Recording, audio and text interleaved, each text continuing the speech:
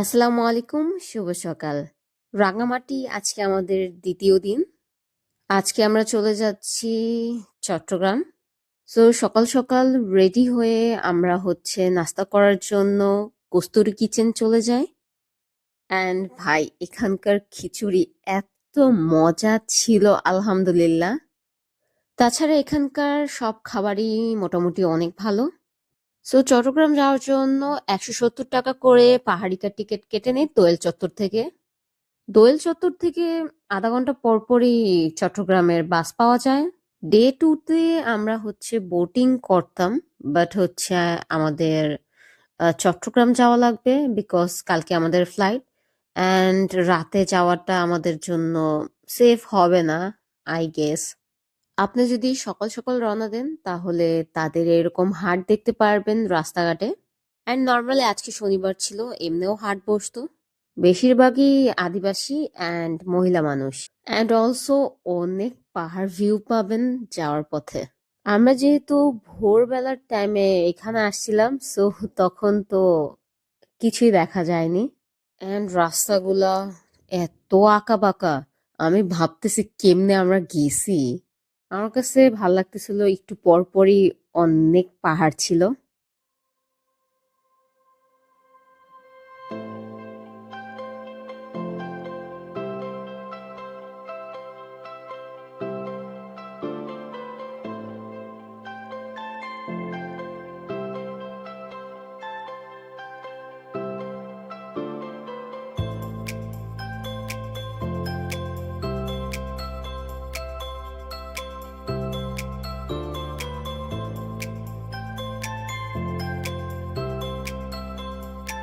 পাহাড়িকা বাস আমাদের চট্টগ্রাম অক্সিজেন মোড় নামিয়ে দেয়। ওইখান থেকে আমরা সিএনজি নিয়ে চলে যাই আগ্রাবাদ।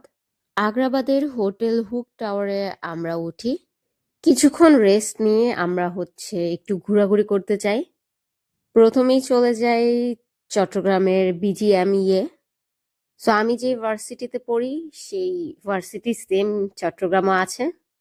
জিজ্ঞাসা করে জানতে পারলাম যে আমাদের ভার্সিটিতে যেমন টেক্সটাইলের স্টুডেন্ট বেশি, বাট ওদের ভার্সিটিতে ফ্যাশন ডিজাইনিং মানে এফডিটির স্টুডেন্ট সবচেয়ে বেশি। ওখানে বেশি একটা টাইম নষ্ট করি নাই, কারণ পতেঙ্গা সি বিচ যেতে হবে।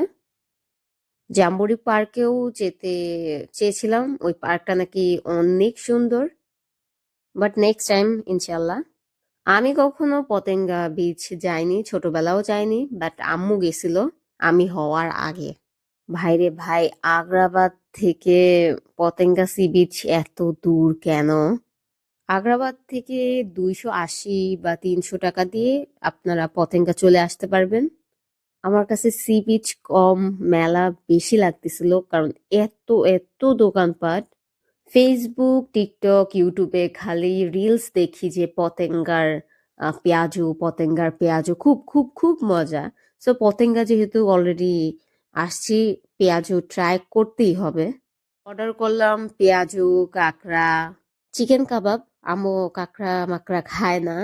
বিশ্বাস করেন, পেঁয়াজু ছাড়া বাকি সব এক তো ঠান্ডা, আর একটুও ভালো হয় নাই। আমাকে যেই মাসালা ক্র্যাব দিছে, আল্লাহ কেন যে নিলাম। পুরাই ফালতু ছিল খাবার, বাট পেঁয়াজু গুলা এত মজা ছিল। আমি বলবো এখানে আসলে আপনি পেঁয়াজু ট্রাই করেন। এই যে কাঁকড়া দেন চিকেন, এগুলো মোটেও ট্রাই করেন না।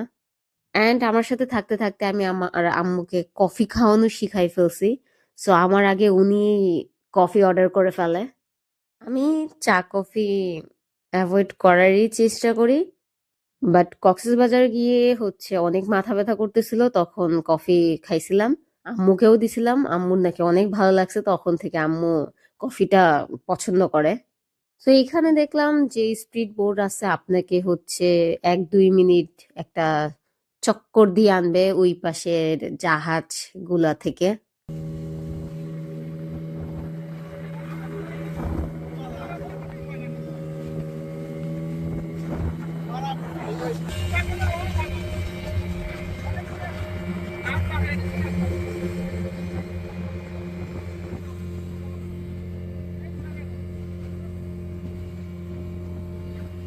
পার পার্সন 50 টাকা ছিল, বাট আমি যখন নামছি তখন হচ্ছে আমাকে বলতেছে 100 টাকা করে। পরে আমি বলছি আমি তো ওই বাবুকে বলেই উঠছি। সো মানে স্ক্যাম ভাই, এখানে আর কিচ্ছুই না।